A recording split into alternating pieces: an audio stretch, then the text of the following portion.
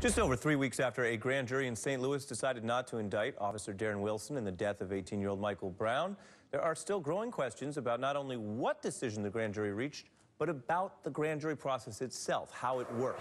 And as Olin has discussed in several segments over the last week, no one calls that process more into question than the use of witness 40, whose testimony often seemed to be hard to believe. This is the witness who wrote in a journal entry, which she submitted to the grand jury, that she ended up on Canfield Drive that day, August 9th, the day Michael Brown was shot, because she thought that morning, quote, "I'm going to take my random drive to Florissant, need to understand the black race better so I can stop calling blacks N-word and start calling them people," end quote. She also wrote that in the final moments of Michael Brown's life, quote, "The cop just stood there, and dang if that kid didn't start running right at the cop like a football player, head down," end quote. And it was that phrasing, you might recognize, that made her testimony a Sean Hannity Fox News favorite.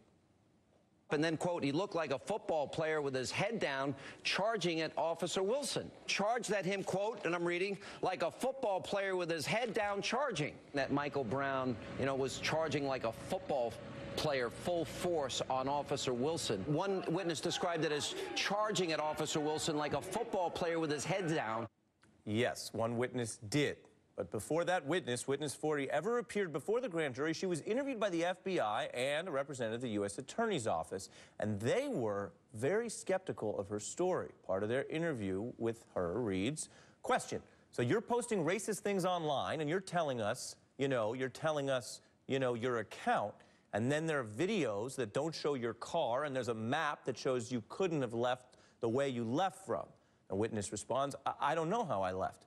A question, but obviously we find out what people's motivations are when you say you posted things online that are racist, and you come in here and you tell us an account that supports Darren Wilson. So the St. Louis County prosecutor, Bob McCullough, let a witness testify, called them in, who had wrote those racist things, whose story made no sense, and who the FBI and U.S. Attorney in their questioning basically seemed not to believe, and that's the fairest reading we can give you. Now, a new bombshell report putting her testimony even further into question. The Smoking Gun website reporting they've identified witness 40, that she is a woman with, quote, "a criminal past who has a history of making racist remarks and once insinuated herself into another high-profile St. Louis criminal case with claims that police eventually dismissed as a complete fabrication," and that, quote, "in the weeks after Brown's shooting, but before she contacted police, she used her Facebook account to comment on the case." And to be clear, NBC News has not been able to independently confirm the Smoking Gun investigation. The FBI and the St. Louis Police Department declined to comment on this report, and the St. Louis County Prosecutor's Office didn't respond to our repeated requests on this matter. Joining us now, though, from the Smoking Gun, editor William Bastone, who co-wrote that report on witness 40.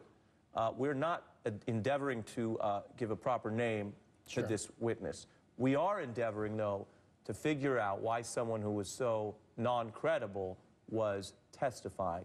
First, what did you learn? How did you verify the identity, the nature of this person's situation? Sure. Well, what we did was we looked at all the 2 volumes of grand jury testimony. Keep in mind, she was there twice. Mm-hmm. She was there October 22nd and October 23rd, and then he called her back 10 days later. So what we did was we took a look at the unredacted portions that contained some kind of pedigree information, everything from the fact that she was divorced and had these criminal convictions, and she was adopted, founded a Facebook page that was in support of law enforcement officers, et cetera, et cetera. And then we basically went and spent a couple of days trying to connect individual people to those that fact pattern. Right. So you did all that cross-referencing. Sure. You achieved this. You spoke with her in some capacity and corresponded with her. Yes. Does your reporting suggest that she did witness this incident? No. I mean, this is a woman who was not there and fabricated this whole event. The thing that's kind of amazing is that she was first interviewed by the police. She told a version of this story to the cops, who then turned her over 5 weeks later to the prosecutors and the FBI and the United States Attorney's Office, the Justice Department. They had 5 weeks to vet this woman's story before they put her in for a 100-minute meeting with the FBI. 5 weeks. Everything that's in our story we gathered on her in 2 days, including her identity, from start to finish in 2 days. This investigation? Yes, our thing. We haven't been working on this since we started it 2 days ago and then wrote the story over the weekend. So there was plenty of time to delve into her background and determine that this is an implausible story told by a woman who has a very checkered history, has been accused in the past by a local police department of fabricating material that she provided Do you to them. think that record and the readily available racist remarks she'd made on Twitter, including on the day of the killing, I'm just asking a basic question, do you think that should have disqualified her from being put before the grand jury at all? Well, this is what I think. Once you go in and you tell that story, I'm a journalist. I don't have subpoena power. Sure. I can't get her phone records. But when she told that story to the cops the first time, they could have disproven that story in 2 days. And I don't think anyone's set to do it. And now what do we have? We have a position where her account is now baked into the narrative all of over the grand jury. Exactly. So it seems to have equal weight and sometimes more weight than other people who were in the grand jury, and she was nowhere to be found. She was nowhere near the place where Michael Brown got killed. Right, and that's the reporting piece that's important, as you say. You did it quickly, but you did it thoroughly. Thank you for being here. Sure. We want to turn from the reporting piece to the justice piece. Benjamin Crump is the attorney for the family of Michael Brown. Good evening to you. What do you make of what you just heard and its significance in not the outcome of the grand jury decision, but whether the grand jury process here was normal, uniform, or fair?